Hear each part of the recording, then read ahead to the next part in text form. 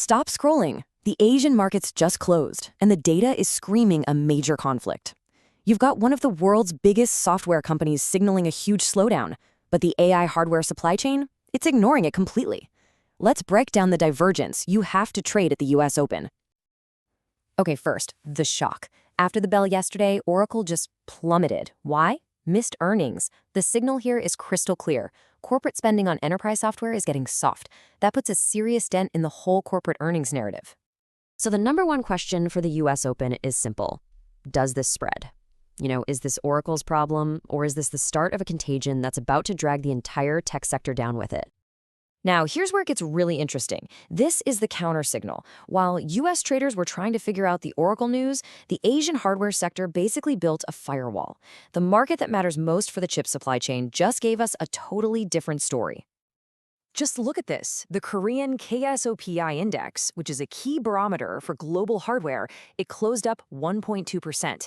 And get this, foreign investors were net buyers. This isn't just some tiny rally. It's a direct defiance of all the software fear coming out of the US. And this slide just lays out the core conflict perfectly. On one side, you have pure software fear thanks to Oracle's earnings miss. But on the other, pure hardware greed. Nvidia's primary supplier for HBM, SK Hynix, rallied 2.5%. So what is the market telling us? It's telling us the AI arms race is non-negotiable, even if regular software sales are hitting a wall. So what does this all mean? The most crucial point is this. We are watching a new rule take hold in the market, and it explains this contradiction exactly. You have to understand this to trade in this environment. We're calling it intra-sector decoupling. For years, investors just threw all of tech into one big bucket. That is a huge mistake now. The market is literally splitting the sector in two. You've got hardware, which is being driven by this insane AI build-out, and then you have software, which is all about corporate earnings. You have to separate the tool makers from the tool users. They're not the same trade anymore. And this whole thing is being supercharged by two totally different forces. First, the Fed's 25 basis point rate cut is pumping liquidity into the old economy. We're talking industrials, financials. At the very same time, the AI arms race is forcing companies to spend no matter what on hardware. These are two separate, really powerful trades happening at once. Okay, so how do you actually turn this into a strategy? Look, this thesis is strong, but it's not invincible. You need to know the specific levels that act as a tripwire. This is all about your risk management. All right, here's your bull case. If NASDAQ futures hold above 25,850, that's the short-term moving average, it tells you the market has basically digested the Oracle shock. The hardware rally has the green light. But be careful. Right now, everyone expects a rally, and you need to watch for the trap.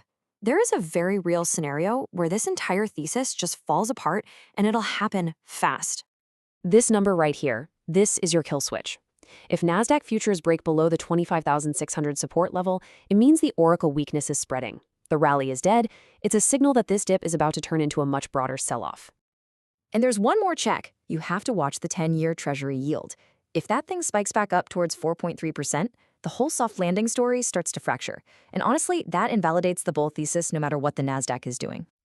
Okay, let's put it all together. Here is your consolidated, actionable plan for the US Open. No ambiguity, just the numbers. Here is your trade plan. Go ahead and screenshot this right now. If NASDAQ futures are trading above 25,850, you are clear to be long AI hardware. Think Nvidia, think AMD. But if NASDAQ futures break below 25,600 or that 10-year yield ticks above 4.3%, you cancel those longs immediately. Your rotation is into industrials, CAT, RTX. And watch the spread between the Dow and the NASDAQ. If the Dow is strong while the NASDAQ is weak, that confirms the rotation is on.